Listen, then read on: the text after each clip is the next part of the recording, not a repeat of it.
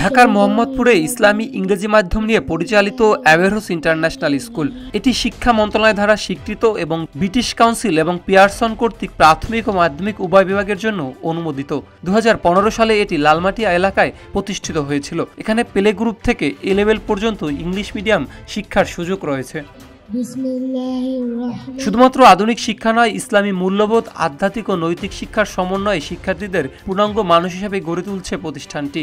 এই প্রতিষ্ঠান সাফল্যের সঙ্গে এগিয়ে নেওয়ার পেছনে কাজ করছেন খান মোহাম্মদ আখতারুজ্জামান। অ্যাভেরোস ইন্টারন্যাশনাল স্কুল এটি এখন দেশের অন্যতম শীর্ষস্থানীয় ইংলিশ মিডিয়াম স্কুল হিসেবে পরিচিতি লাভ করেছে।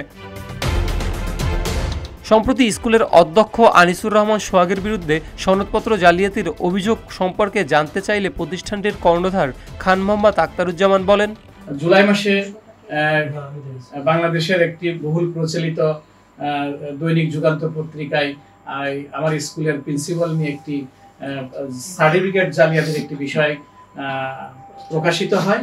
পরবর্তীতে আপনারা জানেন যে বাংলাদেশ এই স্কুলগুলোর অভিভাবক হচ্ছে শিক্ষা বোর্ড।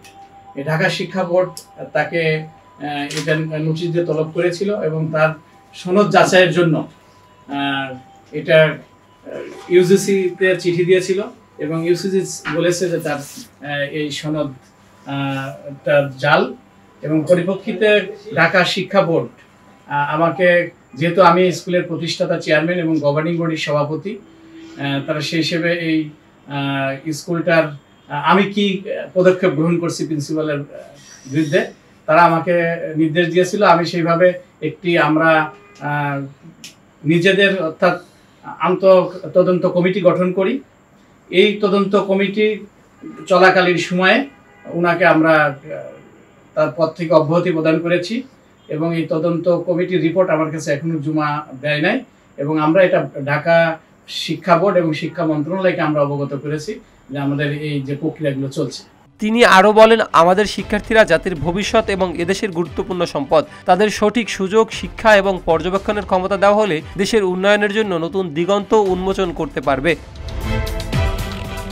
এই প্রতিষ্ঠানের ভবিষ্যৎ পরিকল্পনা সম্পর্কে জানতে চাইলে তিনি বলেন, প্রতিষ্ঠানটি কেবল একাডেমিক শিক্ষা নয়, নৈতিক ও আধ্যাত্মিক দিক থেকেও শিক্ষার্থীদের পরিপূর্ণ মানুষ হিসেবে গড়ে তুলছে। তিনি জানান, দেশের শিক্ষা ব্যবস্থায় সংস্কারের জন্য একটি নির্দিষ্ট মডেল, কাঠামো ও পাঠ্যক্রম প্রয়োজন, যা আন্তর্জাতিক মানের সঙ্গে সামঞ্জস্যপূর্ণ। তরুণ প্রজন্মকে সুযোগ দিতে হবে, তারা যেন দেশের শিক্ষার কাঠামো পর্যবেক্ষণ করতে পারে, তাদের মতামত দিতে পারে এবং সংস্কারের পথে গুরুত্বপূর্ণ ভূমিকা রাখতে পারে। স্কুল কর্তৃক আয়োজিত প্রতি বছর যে আমাদের পিটা উৎসব হয়ে থাকে, এই পিটা উৎসবকে কেন্দ্র করে সত্যিকার অর্থে আমাদের যে এখানে একটা সুন্দর একটা মিলন মেলা হয়ে থাকে, একে অপরের প্রতি যে সত্যিকার অর্থে শ্রদ্ধাবোধ, স্নেহবোধ, ভ্রাতৃত্ববোধ, এই জিনিসগুলো যে আমাদের হারিয়ে যাওয়ার পথে তলানিতে চলে আসছে, এগুলোকে আমাদের যে সত্যিকার অর্থে সংস্কৃতি, এই সংস্কৃতিকে দিয়ে রাখার জন্য এবং এগুলোকে উত্তরোত্তর সাফল্যের দিকে কিভাবে আমরা উপরে নিয়ে যেতে পারি, তারই ধারাবাহিকতায় আমরা এই মেলাগুলোকে করে থাকি।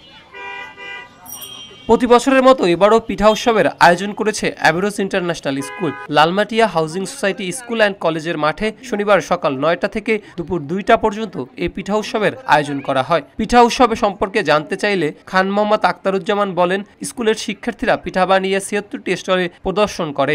সেখানে স্কুলের শিক্ষক ও অতিথিরা বিভিন্ন স্টল প্রদর্শন করে। মুফতি কাজী ইব্রাহিম বিভিন্ন সময় স্কুলের মালিকানা দাবি করার বিষয়ে জানতে চাইলে মোহাম্মদ আখতারুজ্জামান বলেন যে, মুফতি কাজী ইব্রাহিম উনি আমাদের স্কুলের একজন গেস্ট টিচার। উনি আমার এখানে একজন বেতনভুক্ত একজন কর্মকর্তা। উনি আমাদের স্কুলের কোনো মালিকানাতে তার চুল পরিমাণ কোনো অংশ নাই। এখন আপনারা জানেন যে উনি বিভিন্ন সময় বিভিন্ন বক্তব্য দিয়ে থাকেন, কারণ উনি দিনের স্বপ্ন দেখেন, রাতেও স্বপ্ন দেখেন। তো উনি স্বপ্নের হয়তো কোনোভাবে স্বপ্ন দেখেছে যে এই অ্যাভেরোস ইন্টারন্যাশনাল স্কুলের মালিকানা মনে হয় আমি পেয়ে গেছি। আসলে এটা সম্পূর্ণ মিথ্যা, ভিত্তিহীন। খান মোহাম্মদ আখতারুজ্জামান অভিভাবকদের উদ্দেশ্যে বলেন, আমরা বাংলাদেশের একজন সুনামধন্য যে ইংলিশ মিডিয়াম স্কুলে যার শিক্ষার আলো অনেক ছড়িয়ে পড়েছে, সেই রকম একজন ব্যক্তিকে আমরা প্রিন্সিপাল হিসেবে নিয়োগ দেওয়ার জন্য কার্যক্রম শুরু করেছি এবং আমাদের যে শিক্ষার কোয়ালিটি দেওয়ার জন্য আমরা আরও কিভাবে সংস্কার করা যায় সেই সংস্কারের কার্যক্রম আমরা শুরু করেছি। যেহেতু বাংলাদেশের প্রত্যেকটা সংস্থায়, প্রত্যেকটা অর্গানাইজেশনে সংস্কারের কাজ চলছে, ঠিক অ্যাভেরোস ইন্টারন্যাশনাল স্কুলেও আমরা সংস্কারের কাজ করছি।